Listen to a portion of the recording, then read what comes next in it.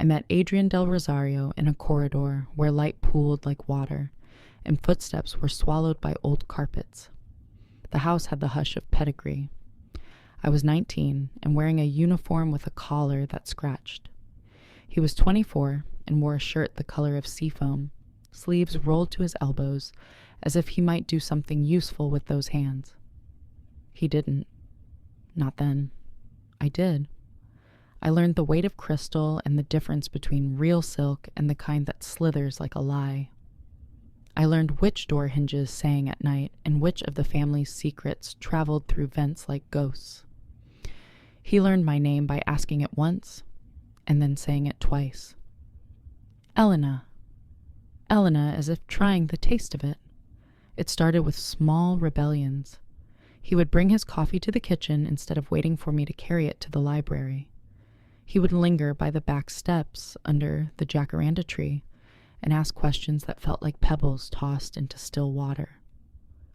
What are you reading at night? Do you prefer the city? If you could leave, where would you go? I told him about my mother's hands, how they were thin as paper lanterns, about the street I grew up on, where mango sellers called out prices like lullabies. I told him about schooling cut short and nights spent memorizing vocabulary from a thrift store dictionary. He listened with an attentiveness that made me uneasy, not because it was cruel, but because it was gentle, and gentleness felt like a rarity too delicate to touch. He tried to teach me chess. I taught him how to fold sheets with hospital corners. He left books on the service stair for me, dog-eared, underlined, little notes in the margins that made me feel seen and terribly exposed. I returned them with recipes tucked into the pages, the simple miracles of rice transformed by ginger and garlic, broth bold enough to heal a day. We built a language out of offerings. When he laughed, the staff looked up from their work to see which rule had been broken. His mother noticed. She moved like incense everywhere and impossible to hold. Adrian, she told him in the parlor where portraits of men stared at us with oil-slick eyes. Don't romanticize charity. His father had built the family's fortune out of cement and policy, out of friends who never wrote things down. The house stands because people know where they belong, he said. I kept my head down and ironed shirts so aggressively that steam rose like fury. We married in a civil office, a weekday blur of paper and pen and a clerk who took his lunch in a brown bag. He took my hand, and I let myself fall into the space made by his promise, that love was enough, that walls were for climbing, that names meant less than the mouths that spoke them. His mother sent a bouquet and a note that might have been congratulations or condolence. I couldn't tell. The house called me home regardless. We moved into a smaller wing beside the garden, a world within a world, with a gate of our own and a key that felt like an oath. For a time, we were happy. I rose early, and he let me work. Not as a maid, no, he insisted. But I cleaned because it soothed me to conjure order out of chaos, because I had learned the magic of making rooms breathe. He wrote proposals at a glass desk, while I planted basil and stubborn jasmine along the brick wall. At night, we ate on the terrace under string lights. He hung himself, and we made up silly games to ignore the feeling that the larger house was listening. It happened on a June evening when the heat had the weight of a damp quilt. Adrian's college friends arrived in suits that didn't need introducing. They came with laughter that spread like liquid and kisses for the air beside cheeks. There was Liam, who was loud in a way that made you either love him or plot his demise. There was Sabine, beautiful and brittle, who had once dated Adrian for 3 months and now smiled at me as if greeting the help. They brought wine that said their names louder than they did. I had dressed carefully.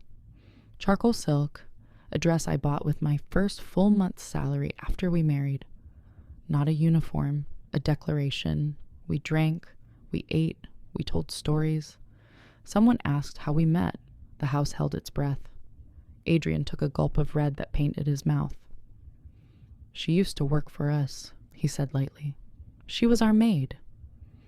He tried to make it a joke by bumping my shoulder. his eyes soft, as if to say, I see you, I'm not ashamed. This is just the truth. But the word hung in the air like a hook. Maid. It caught and tore. Laughter rippled in delicate, apologetic waves. How cinematic, Sabine said. Liam elbowed him. You always had a thing for a good story, Del Rosario. I played the good sport. I smiled because I had learned that smiles could be armor, and excused myself to the kitchen where the tiles were cold and honest. I washed my hands, though they were clean, that did not need rinsing. I watched water swirl and disappear, a performance of erasure. He followed. Lena, he said, his voice quiet.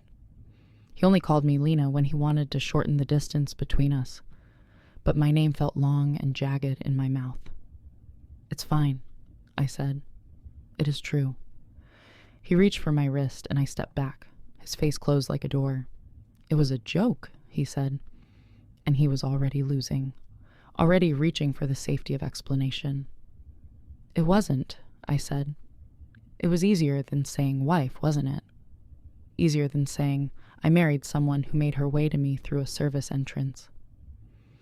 We stood there with the hum of the refrigerator making a small suburban thunder between us. Later, after the guests left, he tried again. I am proud of you, he said, as if I were a thesis he had supervised. I don't need you to be proud of me, I said. I need you to be proud to be with me. The night pressed on the windows like palms. When I lay in bed, sleep slid away from me like a wary animal. By dawn, the shape of a decision had formed in the ache under my ribs. I packed a bag. In public, I left a note. In truth, I left myself. I went back to my town where buses rattled like beads and vendors praised fruit as if it were a child's first steps. I rented a room with a window that faced a wall and felt grateful for the humility of brick. I found Rafaela in the same kitchen where she had taught me to season soup with confidence and to carry my spine like a violin bow. Ah, she said when she saw me. The prodigal daughter returns with her mouth full of apologies. She held me until I stopped bracing for impact. Then she fed me noodles that tasted like mercy. I thought I escaped, I told her, but maybe I only traded corridors.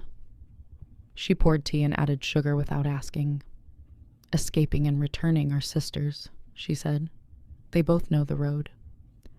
Tell me what you want that is yours. I wanted my dignity threaded back into my name. I wanted my story told without someone else's mouth shaping it. I found work at a community center teaching girls how to write with their shoulders loose and their throats open. Some of them were nannies, some dishwashers, some dreamers in rented beds. We wrote about first loves and second jobs, about the satisfaction of clean laundry on a hot afternoon. We read our words out loud and clapped for each other as if each sentence were a birth. My body remembered itself between those walls. When I looked in the mirror one morning, I saw that my eyes had stopped scanning for approval.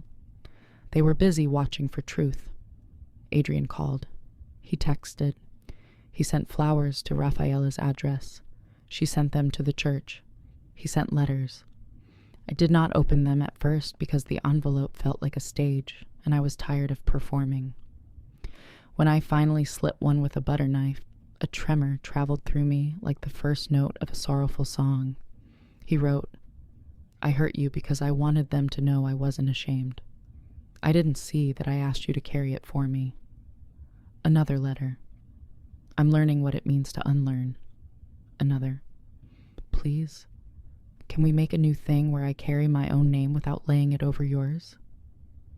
I ignored him for weeks, and then walked to the bus station with a coat I didn't need, and took a ride that cut through the city like a seam ripper. I went not to reconcile, but to see if my absence had carved anything out of him beyond convenience. The gatekeeper at the family house blinked and almost smiled. Madam, he began. The word scraped. I knew it now for what it was. A costume people put on you when they didn't want to see your skin. The garden was too green, flamboyantly alive. I found him in the library under the watchful eyes of dead men. He stood. He did not come closer. "Elena," he said. It sounded like a plea and a prayer. "I am not here to be soothed," I said. "Good," he said, and exhaled.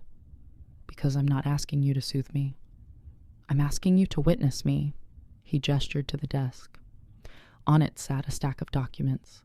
Not flowers, not tickets, not groveling gifts. A deed of sale for a flat near the river, in both our names. A budget he had drawn up to support the community center. A resignation letter from the family board. "This house taught me that love is a room with rules," he said. "I want to learn a different architecture." I wanted to be furious and found that my anger had sharpened instead into discernment. "You can't buy your absolution," I said. "You can't write your way out," he nodded. "I know. I'm not asking for forgiveness today. I'm trying to move the furniture inside me so our words aren't always tripping." He looked thinner in a way that wasn't about pounds. It was about pride, shed like a husk. There is a difference between a man who regrets and a man who understands. I told him we would talk in public, in a middle place, over bowls of pho in a restaurant where the owner's toddler napped in a chair.